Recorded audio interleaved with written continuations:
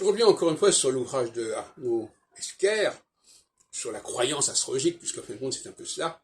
Et d'ailleurs il est paru un ouvrage il y a 40 ans, qui s'appelait La croyance astrologique moderne, qui était la reprise de l'ouvrage Le retour des astrologues, sous la direction d'Edgar Morin. Bon, alors, l'astrologie dont nous parle Esquer, c'est l'astrologie en tant qu'objet, en quelque sorte, en tant que littérature. Or, moi, ce qui m'intéresse, c'est l'astrologie réelle, c'est-à-dire celle qui est là, celle dans laquelle nous nous trouvons. Et là, il ne s'agit pas d'apprendre ou pas l'astrologie. Nous sommes imprégnés, nous sommes baignés dans l'astrologie. Mais quand nous disons l'astrologie, vous savez, c'est un peu, vous savez, en français, on a ce problème, peut-être pas uniquement en français. Quand on dit la psychologie, par exemple, ça peut aussi vouloir dire l'étude du psychisme, mais c'est aussi le psychisme lui-même. On dit il a sa psychologie. Donc il y a une polysémie là qui est assez fâcheuse quelque part.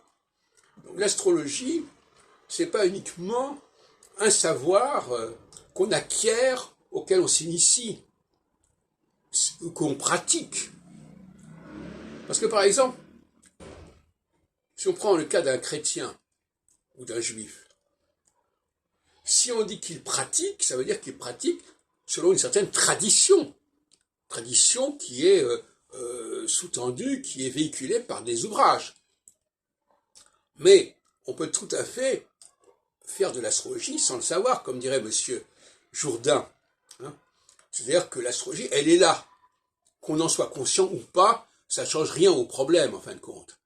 Et donc, finalement, dans ce cas-là, il n'est pas nécessaire de passer par le truchement d'un enseignant, d'un enseignement. C'est quelque chose que nous avons en nous, qui est inné en nous.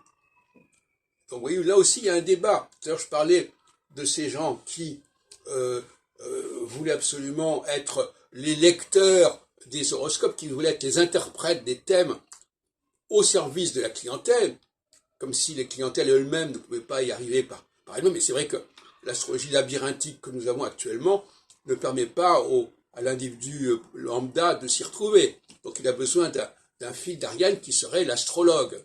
Bon. Eh bien c'est pareil au niveau religieux. On a besoin d'ouvrages, on a besoin de catéchismes, on a besoin de séminaires, etc.